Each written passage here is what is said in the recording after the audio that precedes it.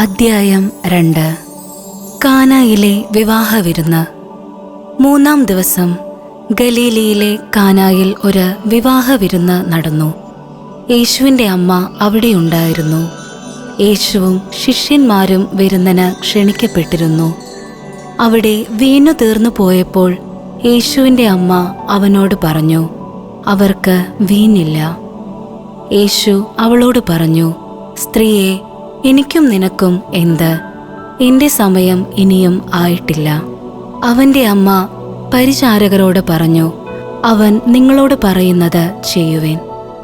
യഹൂദരുടെ ശുദ്ധീകരണ കർമ്മത്തിനുള്ള വെള്ളം നിറയ്ക്കുന്ന 6 കൽഭരണികൾ അവിടെ ഉണ്ടായിരുന്നു. ഓരോന്നിനും 2-3 അളവ് കൊള്ളുമായിരുന്നു. ഭരണികളിൽ വെള്ളം നിറയ്ക്കുവിനെന്ന് യേശു അവരോട് കൽപ്പിച്ചു. അവർ അവയെല്ലാം വക്കോളം നിറച്ചു. ഇനി പകർന്നു. കലവറക്കാരൻ്റെ അടുത്ത് കൊണ്ടുചെല്ലുവിനെന്ന് അവൻ പറഞ്ഞു. അവർ അപ്രകാരം ചെയ്തു. കലവറക്കാരൻ വീഞ്ഞായി മാറിയ ആ വെള്ളം രുചിച്ചു നോക്കി. അത് എവിടെ നിന്നാണെന്ന് അവൻ അറിഞ്ഞില്ല. എന്നാൽ വെള്ളം കോരിയ പരിചാരകർ അറിഞ്ഞിരുന്നു. അവൻ മണവാളനെ വിളിച്ചു പറഞ്ഞു, എല്ലാവരും മേൽത്തരം വീഞ്ഞ് ആദ്യം വിളമ്പുന്നു.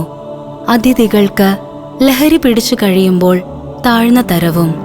എന്നാൽ നീ നല്ല വീഞ്ഞ് ഇതുവരെയും സൂക്ഷിച്ചു വച്ചുവല്ലോ.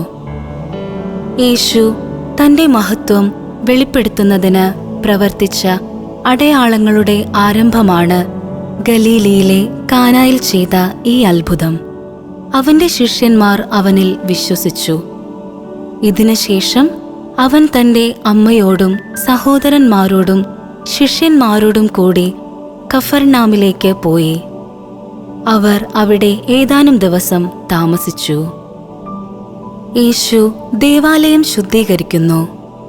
യഹൂദരുടെ പെസഹ അടുത്തിരുന്നതിനാൽ യേശു ജെറുസലേമിലേക്ക് പോയി.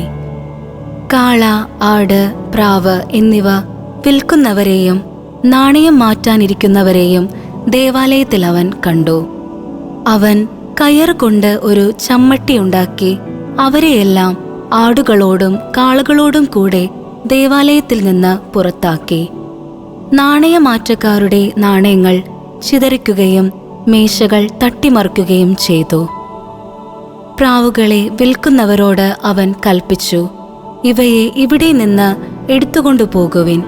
എൻ്റെ പിതാവിൻ്റെ ആലയം നിങ്ങൾ കച്ചവട സ്ഥലമാക്കരുത്.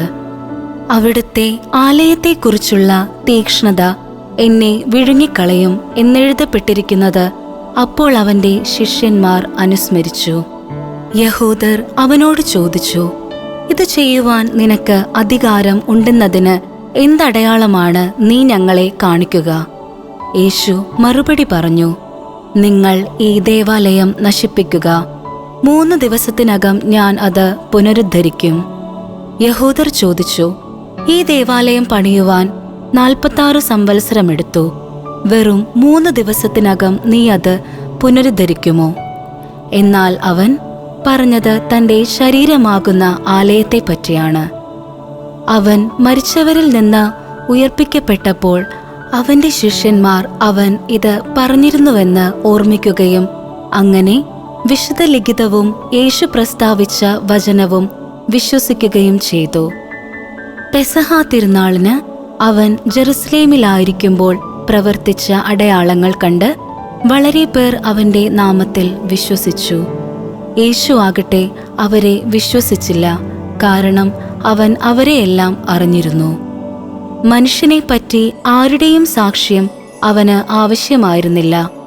മനുഷ്യനിലുള്ളത് എന്താണെന്ന് അവൻ വ്യക്തമായി അറിഞ്ഞിരുന്നു.